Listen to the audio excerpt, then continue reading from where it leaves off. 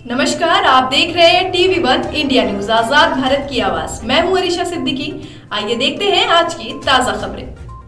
खबर मुजफ्फरपुर से है, जहां मुजफ्फरपुर जिले के कांटी विधानसभा अंतर्गत कांटी नगर परिषद के उप सभापति उम्मीदवार अजय कुमार गुप्ता से जब हमारे संवाददाता अभय कुमार श्रीवास्तव ने कांटी नगर परिषद के वस्तु स्थिति को लेकर बात की तो उन्होंने बताया कि कांटी नगर परिषद के बद से बदतर स्थिति है। ब्लॉक स्वास्थ्य केंद्र में दलाली चरम पर है। हम जनता के कहने पर चुनाव लड़ रहे हैं। अगर जनता मौका देती है तो हम दलाली बिचौलियों को खत्म कर एक स्वस्थ सुंदर कांटी नगर परिषद बनाने का काम करेंगे। नगर परिषद कांटी चुनाव की तारीख अभी पक्की नहीं हुई है। यहाँ के जितने भी प्रत्याशी हैं अपने अपने क्षेत्र में अपने अपने ग्रामीणों से, जनता से मिल रहे हैं, उनके सुख दुख से रूबरू हो रहे हैं। इसी संदर्भ में हम आप पहुँचे हैं अजय कुमार गुप्ता, जो पहचान के मुहताज नहीं है, कई वर्षों से समाज के बीच रहे हैं, उनके हर सुख दुख में बराबर का सहयोग किए हैं। आइए उनसे जानना चाहेंगे हम कि उपसभापति पद के उम्मीदवार हैं, क्या उनकी सोच है, इस नगर परिषद के लिए उन्होंने क्या सोच रखा है, कितना विकास करेंगे और वस्तु स्थिति क्या है, इस पर भी हम चर्चा करेंगे। आइए इनसे बात करते हैं और जानना चाहते हैं कांटी नगर परिषद के लिए क्या। अपना पूरा परिचय दीजिए। जी, मैं अजय कुमार गुप्ता। सबसे पहले आपको बहुत बहुत धन्यवाद जो आप अपने चैनल के माध्यम से हमको अपनी बात अपने प्रिय जनता के बीच हमारा संदेश पहुंचाने का एक जो मौका दिया, इसके लिए आपको बहुत बहुत धन्यवाद। आने वाले समय 26 जनवरी और सरस्वती पूजा, बसंत पंचमी की शुभकामनाएं हमारे अपने प्रिय नगरवासियों के लिए। सर, नगर परिषद नगर पंचायत का चुनाव 2002 में फर्स्ट टाइम हुआ था। उसके पहले भी ये जो नगर कांटी है समस्याओं से पूरी तरह ग्रसित था। बावजूद 2002 में चुनाव हुआ, थोड़ा सा परिवर्तन हुआ। 2002 में हम भी पार्षद, हमारी भाई पार्षद थी, और 2002 से 7 तक मैं अपना कार्यकाल बखूबी अच्छे ढंग से, पूरी ईमानदारी के साथ, पूरी निष्ठा के साथ, जनता के साथ जुड़ कर के, सर कुछ समस्याएं एनएचआई से मिल करके भी इस समस्या को दूर करना पड़ेगा, क्योंकि एनएचआई जो बना क्रॉसिंग नहीं होने की वजह से, ड्रेनेज की वजह से ये एक समस्या बनी है। एनएचआई के साथ बैठ करके नगर परिषद और इस समस्या को दूर करेगी। परफेक्ट अगर नाली का निर्माण किया जाए तो जल जमाव नहीं होगा। सर, कोई भी प्लान के तहत आप करिएगा, कहीं कोई समस्या नहीं है। अगर प्लान एक क्या बोलते हैं उसको, रोड मैप जब तक तैयार, और अच्छा रोड मैप है, अच्छा प्लान किए हैं, तो कहीं कोई समस्या नहीं है। अपने पॉकेट, अपने सुविधा के अनुसार काम करिएगा। जैसे ही आपके अंदर निजी स्वार्थ आएगा, वहाँ समस्याएं शुरू हो जाती है वहीं से। इसीलिए निजी समस्या से, निजी स्वार्थ से ऊपर उठ करके एक नगर की समस्या को जैसे ही आप समझेंगे, उस समय कोई समस्या नहीं रहेगी। ब्लॉक स्तर की बात करते हैं तो राशन,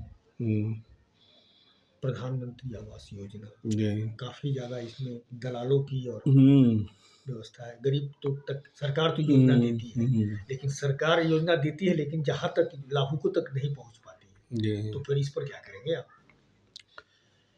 देखिए सर, हमारे प्रधानमंत्री नरेंद्र मोदी का एक सपना है कि हर घर, कोई भी घर व्यक्ति छत विहीन नहीं हो, सबके छत पे, सर पे छत हो। और हमको याद है कि 2002-07 का जो पहला हमारा टेन्योर था, फर्स्ट टाइम जब हम प्रतिनिधि के रूप में नगर पंचायत गए थे, सेलेक्टेड घर आया करते थे। वृद्धा पेंशन एक वार्ड में 10, आवास योजना एक वार्ड में 5, ऐसे करके आया करता था। आज है कि आप जितना सेलेक्ट करके जितना सूची भेजिएगा, ओके हो करके आता है। अच्छा योजना है, लेकिन कुछ जनप्रतिनिधि अच्छे हैं, अच्छे ढंग से उसको लागू किए हैं। कुछ जनप्रतिनिधि कमाने के चक्कर में रह गए। पार्किंग हो, आप चले जाइएगा ब्रिज के नीचे, क्या बोलते हैं, ब्रिज से थोड़ा सा आगे बढ़िएगा तो कांग्रेस कार्यालय के सामने वहाँ जाम लगी रहती है। यूनाइटेड बैंक के नज़दीक, पंजाब नेशनल बैंक के नज़दीक आइए, वहाँ जाम लगी रहती है। हॉस्पिटल के सामने चले जाइए, वहाँ जाम लगी रहती है। कहीं पार्किंग की व्यवस्था नहीं है, कहीं सब्जी मंडी मार्केटिंग की व्यवस्था नहीं है।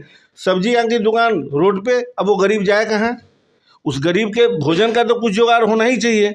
अगर आप मार्केट बसाते हैं, मार्केट बनाते हैं, तो एक तो निश्चित जगह होगा, सब लोग सीधे ही वहाँ जाएंगे। जो सड़क की जो समस्या है, इंक्रोचमेंट है, वो नहीं हो पाएगा। तब इन सारी चीज़ों को आप निश्चित रूप से एक अपना डायग्राम बनाए हुए, उसके तहत आप सारा चीज़ सर, सारा मेरे प्लान में है, मेरे सारा दिमाग में खाका तैयार है। मैं जनता से ये निवेदन करता हूँ कि एक बार मौका दें, उसके बाद देखिए इस नगर परिषद का क्या हाल होता है। खूबसूरत नगर परिषद बनना ही है, तय है सर। सड़क वगैरह की मूलभूत सुविधा होती है ग्रामीणों के लिए। जी सर। सड़क, बिजली, पानी, पानी, शिक्षा, शिक्षा, स्वास्थ्य, तो इस सब का व्यवस्था सब। हाँ, जितने भी स्कूल हैं, प्राइवेट स्कूल, सरकारी स्कूल की व्यवस्था सही हो, निजी स्कूल, हम भी एक स्कूल के निदेशक हैं, हम भी डीपीएस दिल्ली पब्लिक स्कूल हमारा, हम भी निदेशक हैं। सारे स्कूल को रजिस्टर्ड होना पड़ेगा, सारे स्कूल को आरटी के तहत, राइट टू एजुकेशन के तहत 25% बच्चे जो गरीब हैं उनकी नामांकन होनी है सर। फ्री नामांकन होना है, फ्री पढ़ाई होना है। वो अपने पॉकेट से नहीं बनाएंगे कोई स्कूल वाले, सेंट्रल गवर्नमेंट उनको पैसा देती है, उनको पॉकेट से नहीं बनाना है। भारत सरकार उनको पैसा देती है, 25% जितने भी बच्चे हैं उनको पैसा सेंट्रल गवर्नमेंट से आता है, लेकिन सब लोग चोरी करते हैं। आपके यहाँ जल निकासी की व्यवस्था नहीं है, एक समस्या है। पैसा लिए दूसरे काम में लगा दिए सर। समस्याएं हम भी दोषी हैं उसमें, कुछ पब्लिक भी दोषी है। प्रशासन के लोग भी जाते हैं सर्वे करने, पैसा मांगते हैं। तो सरकार का एक सोच है कि हर एक घर, हर एक व्यक्ति जिसके सर पे छत हो, शौचालय का निर्माण हो, स्वच्छ भारत के तहत कोई व्यक्ति सड़क किनारे न मिले। एक शौचालय का भी प्लान सेंट्रल गवर्नमेंट ने अच्छे से किया था, हुआ है, लागू तो हुआ ही है, लेकिन जिस एक होता है कि जिस माने क्या बोलते हैं उसको, जहाँ तक होना चाहिए था, हाँ, वो नहीं हो पाया। उसमें कहीं ना कहीं कमियां हुई। कमी के कारण हम भी हैं, हमारी जनता भी है, प्रशासन भी है, जनप्रतिनिधि भी है। विधवा पेंशन, वृद्धा पेंशन, गरीब लोग, हाँ, देखिए गरीब से विधवा पेंशन देंगे, वृद्धा पेंशन देंगे। सर, हम तो ऐसा भी देखे हैं, एक समय तो ऐसा भी था कि जो विधवा है नहीं और उसके नाम पर विधवा पेंशन पास हो गया, ऐसा भी हुआ है।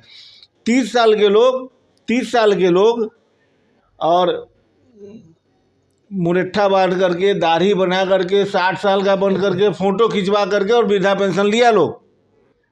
लेकिन बाद में एक अभियान चला, बहुत सारे लोग छंटे उसमें से।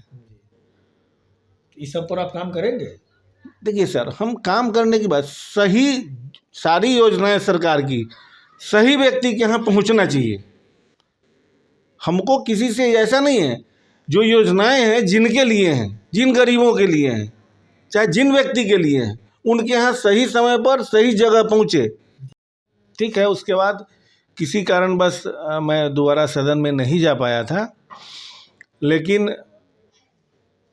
अभी जो नगर परिषद है और जिस रूप में इस नगर का विकास होना चाहिए था, उस रूप में नगर का विकास हुआ नहीं है। तो कहाँ कमी नज़र आती है? कैसे, किसकी कमी है, कहाँ कमी है जिसकी वजह से जिस रूप में होनी चाहिए थी विकास नहीं हो पाया? देखिए, एक तो उसमें प्रशासनिक कमी भी रही है, दूसरा हम किसी जनप्रतिनिधि के ऊपर कुछ कहना नहीं चाहते हैं, लेकिन जनप्रतिनिधि के अंदर इच्छा शक्ति की कमियां कुछ रही हैं। कुछ जनप्रतिनिधि ज़्यादा क्या बोलते हैं उसको, लोभ लालच इस सब में पड़ करके जहाँ ये सब बातें आएंगी वहाँ विकास बाधित होगी। और यही वजह है विकास जो जिस तेज़ी से होना चाहिए उस तेज़ी से नहीं हो पाया। इसमें कुछ प्रशासनिक कमियां भी रही हैं, कुछ हमारे जो जनप्रतिनिधि हमारे मित्र हैं उनसे भी कहीं कमियां हुई है, जिसकी वजह से विकास बाधित हुआ था। तो कैसे आपने अपने आप को मन बनाया जो आप उपसभापति के उम्मीदवार बने? देखिए सर, हम करी हैं पार्षद और सभापति के बीच के, जो उपसभापति का पद है वो दोनों के बीच का है। मैंने तय किया मैं दोनों को चैन से नहीं रहने दूंगा, न मैं पार्षद को और न मैं सभापति को। मेरा वही काम रहेगा, चौकीदार बन करके पूरे नगर परिषद की रक्षा करना, चाहे वो पार्षद हो या सभापति हो। अपने कसौटी पे उनको खरा उतरना पड़ेगा, उनको हर एक समस्या से रूबरू होना पड़ेगा। और चूंकि अब जनता 5 साल के लिए, धन्यवाद देते हैं हम सरकार को जिन्होंने डायरेक्ट चुनाव किया और 5 साल तक आपको कोई हटाने नहीं जा रहा है। 5 साल तक आपको पूरे निष्ठा के साथ काम करना ही पड़ेगा जी। और इसकी चौकीदारी मैं उपसभापति के रूप में करूंगा सर, निश्चित। किसानों की समस्या मुझे मालूम है और हम ही लोग प्लान बना के जब उस सरकार को देंगे, वो उस पर इम्प्लीमेंट, अगर मेरा प्लान अच्छा है तो उसको सरकार को इम्प्लीमेंट करना ही करना है। मतलब कि आप सिंचाई के क्षेत्र में काफ़ी ध्यान देंगे। ध्यान देंगे। हम अभी आपके यहाँ शहर से सटा हुआ है, शहर में बहुत सारी व्यवस्थाएं हैं स्वास्थ्य के लेकर के, बहुत बड़े बड़े हॉस्पिटल हैं, बहुत सारी व्यवस्थाएं। आपके कांटी नगर परिषद में व्यवस्थाएं उस तरह की नहीं है, तो उस पर क्या करेंगे आप? सर, अभी थोड़ा सा स्थिति चरमराया है। बीच की जो स्थिति थी उसमें जो चिकित्सा व्यवस्था है वहाँ पे लाइन कतार लगी रहती थी जी। पेशेंट का, मरीजों का एक अच्छा व्यवस्था शुरू हुआ था। अभी विगत कुछ दिनों से ठीक हुआ है और नगर पंचायत इसको मॉनिटरिंग नहीं कर पाया। जो उनका कार्यकाल रहा है, कोई लोग इसको मॉनिटरिंग नहीं कर पाया। अब नगर परिषद का अधीन जितने भी हैं, चाहे वो स्कूल हो, चाहे वो चिकित्सा व्यवस्था हो सरकार का, चाहे वो जल मीनार हो, पड़ा हुआ है, बेकार पड़ा हुआ है थाना के बगल में। अभी सर दुख है, सोच भी नहीं सकते हैं, जल नल योजना चला लेकिन एक भी नल में जल नहीं है पूरे नगर परिषद में। चैलेंज देता हूँ, आप जाइए सर्वे करिए, किसी भी नल में जल नहीं मिलेगा। नल लगा हुआ है लेकिन जल नहीं मिलेगा, सारा लूट के खा गया, पैसा कहाँ गया, सारी माने बदतर स्थिति है। एक जल मीनार बना हुआ है थाना के बगल में, वो डेट पड़ा हुआ है। एक कोठिया में बड़ा, हम लोग के रीजन में 2007 के आसपास ही हम लोग शिलान्यास किए थे उसका। हाँ, और वो ऐसे ही पड़ा है।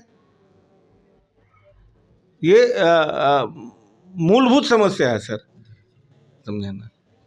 आपके यहाँ जाम की स्थिति काफ़ी बड़ी हाँ, बहुत है। ये क्या करेंगे उसको? पार्किंग की व्यवस्था होनी चाहिए, नगर पार्किंग की व्यवस्था करे, उसका जो टैक्स है वो ले। चूँकि नगर निकाय, कोई भी नगर निकाय टैक्स से ही चलता है सर। चलिए, तो आप मतलब कि चौकीदारी के रूप में एकदम, और विकास के लिए ही आप इस मैदान में आए हैं। जी हाँ। आपकी क्या सोच है, आप क्या कुछ करना चाहते हैं अपने इस नगर परिषद कांटी के लिए? देखिए सर, कहने के लिए बहुत सारी लोग बड़ी बड़ी बातें करते हैं। कोई अपना उदाहरण देते हैं कि मैंने ये किया, मैं ऐसे करूँगा, मैं वैसे करूँगा। करने वाला कुछ ज़्यादा बोलता नहीं है, उसके अंदर एक सुलगता हुआ आग होता है कि जैसे ही हमको मौका मिले कि मैं ये करूँ, मैं ये वो करूँ, करने का बहुत सारा इच्छा शक्ति होती है।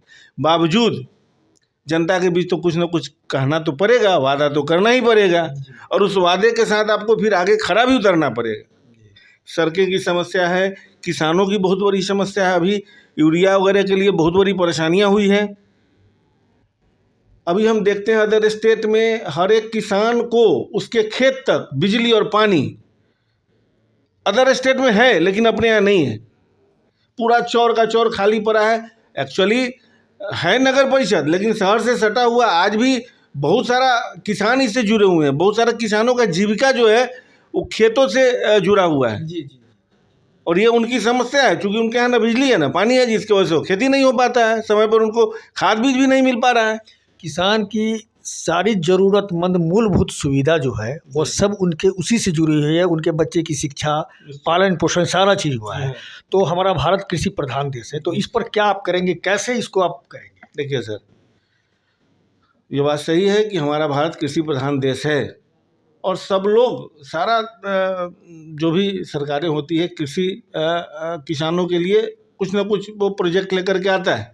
लेकिन वो यहाँ पहुँच नहीं पाता, उनके बीच जा नहीं पाता है। हम नगर के उपसभापति के रूप में हर एक समस्या, हर एक जो योजनाएं होंगी सरकार की, वहाँ तक हमारा पहुँचाने का मेन मकसद होगा। जो योजना नहीं है सरकार के पास उसको भी लाएंगे। हाँ, उसको हम एक प्लान बना के गवर्नमेंट को भेजेंगे, प्रयास होगा बस।